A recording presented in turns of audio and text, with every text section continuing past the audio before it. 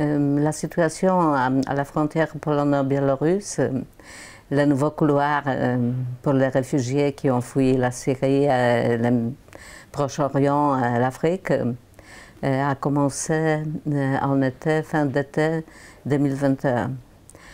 C'était organisé par Loukachenko et c'était une des tentatives pour déstabiliser l'Union européenne en manipulant le flot de migrants.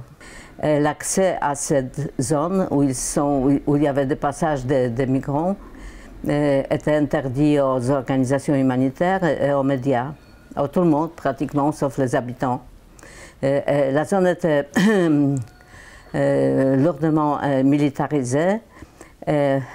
Assez vite, on a compris qu'il y a pas mal de violences qui se passent là-bas et que les autorités ont décidé d'utiliser et légaliser les pushbacks. Ça veut dire les réfugiés et les migrants qui ont passé la frontière étaient poussés en Biélorusse, où ils étaient tabassés, torturés, des femmes violées, etc. Et les Biélorusses les ont poussés de nouveau en Pologne. Et comme ça, certains gens se sont retrouvés comme une espèce de balle de ping-pong entre les deux forces militaires qui n'ont eu aucun respect pour leur humanité, pour leur santé, pour leur vie. J'ai compris que les autorités polonaises ont décidé de déhumaniser ces gens-là. Ils étaient présentés par la propagande officielle comme pas les hommes et les femmes, mais des armes de Loukachenko, des terroristes, des pédophiles, des zoophiles même.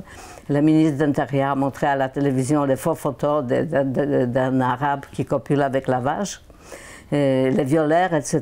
Je me suis dit, je ne peux pas supporter ça. Je suis cinéaste, les documentaristes n'ont pas accès à cette situation, ils ne peuvent pas prendre les images. Mais moi, je fais le cinéma de la fiction. Je sais faire les images, créer les images.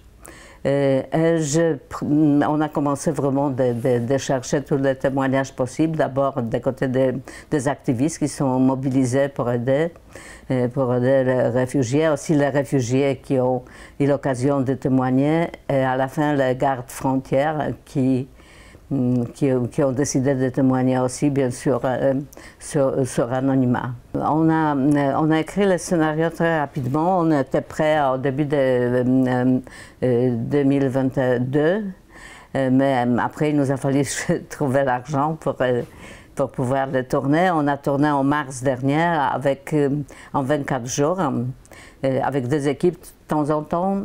J'ai invité des jeunes metteurs en scène très talentueuses qui ont certains jours tourné les équipes parallèles parce qu'on savait qu'il faut tourner vite. On ne pouvait pas tourner dans les vrais endroits, c'est la forêt d'État. En plus, il était très militarisé. On a trouvé les forêts privées autour de Varsovie, avec les endroits qui ressemblent beaucoup aux vraies forêts primordiales. On était, à la fin, il y avait quelqu'un qui nous a vus et qui a montré qu'est-ce que nous faisons là, mais c'était trop tard pour nous arrêter. Je sentais dès le début que le blanc et noir sera juste pour ça. On pouvait mieux contrôler l'esthétique des films et on pouvait faire je voulais que ce soit certaines brutalités documentaires, mais en même temps qu'il y aura quelque chose comme la métaphore, qu'on est dans cette forêt pratiquement tout le temps, et on ne sait pas après un moment quelle année on est, 2021 ou peut-être 1941. J'ai voulu faire cette parabole à la situation de la Deuxième Guerre mondiale. D'ailleurs, pour les témoins, pour les activistes et pour les habitants, cette imaginerie de l'Holocauste revenait tout le temps. C'était d'ailleurs très pesant hein, parce que ça fait réouvrir les vieilles plaies, les traumatismes. En 1989, j'ai tourné un film Europa Europa. qui m'a d'ailleurs valu beaucoup de succès.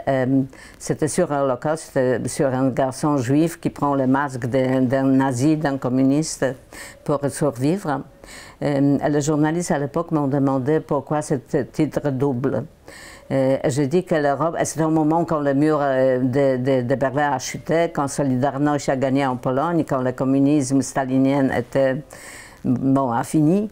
Mais j'ai dit, je sens qu'il y a toujours ces deux identités en Europe. Une, c'est le continent des droits d'homme, de démocratie, de la liberté, fraternité, solidarité. Et de l'autre côté, c'est l'endroit où sont nés les crimes contre l'humanité les plus atroces.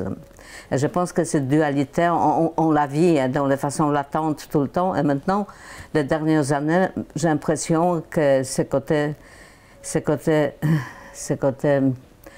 de violence et de la haine gagne le terrain. Et j'ai voulu le dénoncer, je ne sais pas, j'ai voulu surtout donner les voix et les visages à ceux qui étaient privés de son humanité, de sa vocalité et de son identité.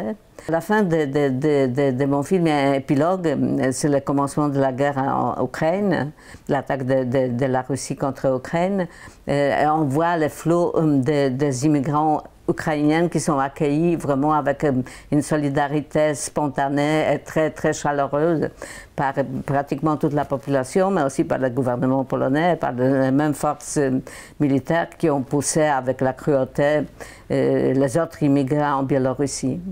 À la fin, c'était plus qu'1 million d'Ukrainiens, surtout les femmes et les enfants, qui ont resté en Pologne. Et la Pologne fonctionne bien. Il n'y a pas de problème qu'il y a trop de gens d'un coup, qu'il y a trop de dépenses. On peut comprendre, la Pologne, ce n'est pas un pays très riche. On peut comprendre que ce n'est pas vrai qu'on n'a pas les ressources pour aider les autres, c'est juste qu'on ne veut pas. Et le film, justement, comment a-t-il été reçu en Pologne?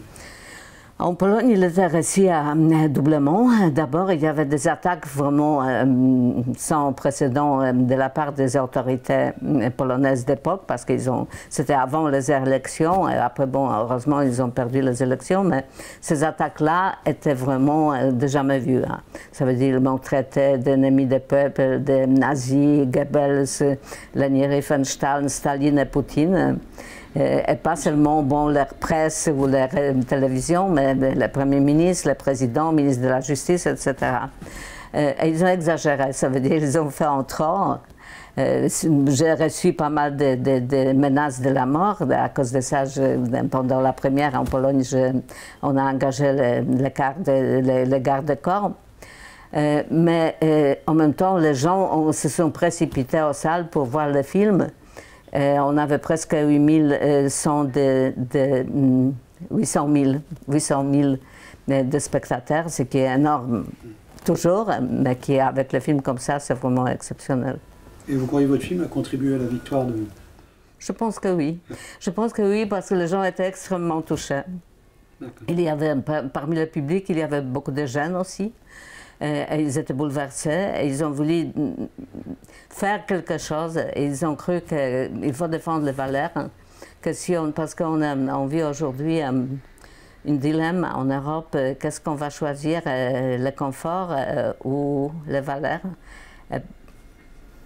Je pense que cette nouvelle génération, peut-être, elle comprend que le confort, ça ne suffit pas, parce qu'à la fin, on n'aura ni le confort ni les valeurs.